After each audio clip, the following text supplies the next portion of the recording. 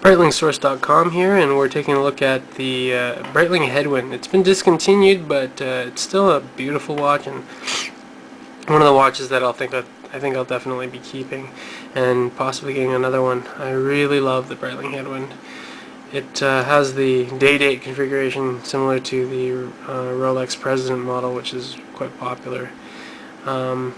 This guy uses a Breitling 45 movement, which is based off of an ETA movement, an ETA 2834-2, which is essentially a 2824 with a day complication added to it, so you know which day of the week you're at.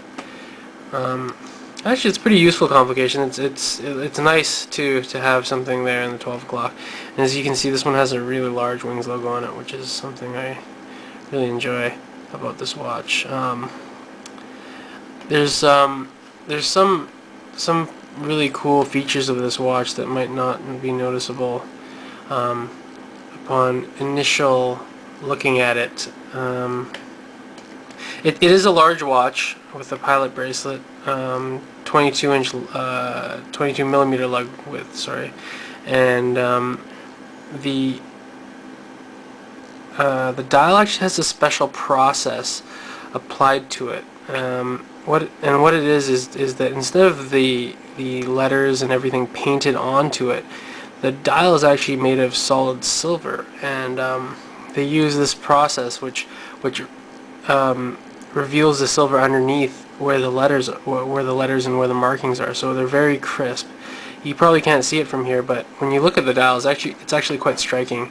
You do notice sort of the quality of the lettering on it, and how it just stands out from even more expensive Breitlings like the Chronomat Evolution.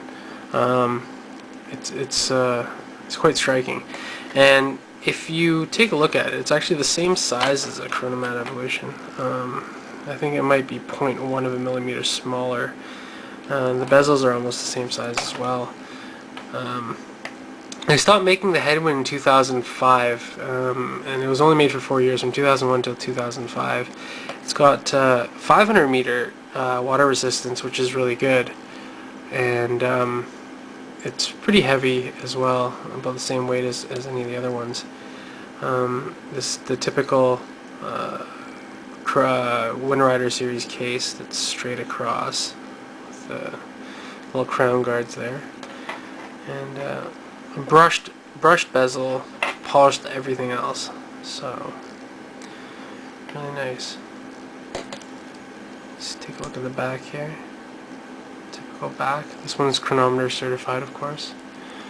The Headwind was also available in solid gold and two-tone as well. I think it looked the best in steel here, and looks good in the black face as well as the white face. I really like the white face one. I think I might have to get one of those and add to the collection. As you can see, this one has the 22 millimeter to 18 millimeter clasp bracelet. Might look better with a Chronomat Evolution bracelet on it. Not sure it'll fit though. I could switch it and try. Double AR coated domed sapphire crystal. If you can take a look at this, it's actually not quite as domed as the Chronomat Evolution. As you can see, the Chronomat Evolution has a huge dome on it. These ones are domed, but very, very flat, just barely domed, but great visibility in any angle, as you can see.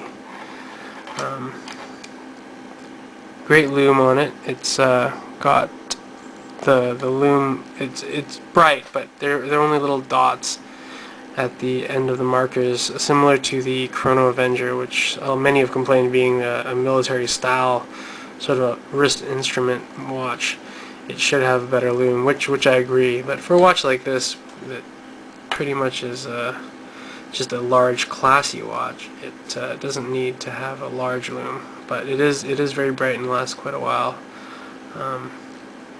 So has the old style domed crowns with the fine machining on them, which I really enjoy. Take a look at this one on the wrist. It's a really nice watch. It's pretty classy yet large at the same time. As you can see, it's not too busy, so it looks good. All right. So that was the Breitling Headwind. I hope you enjoyed the review. See you guys later.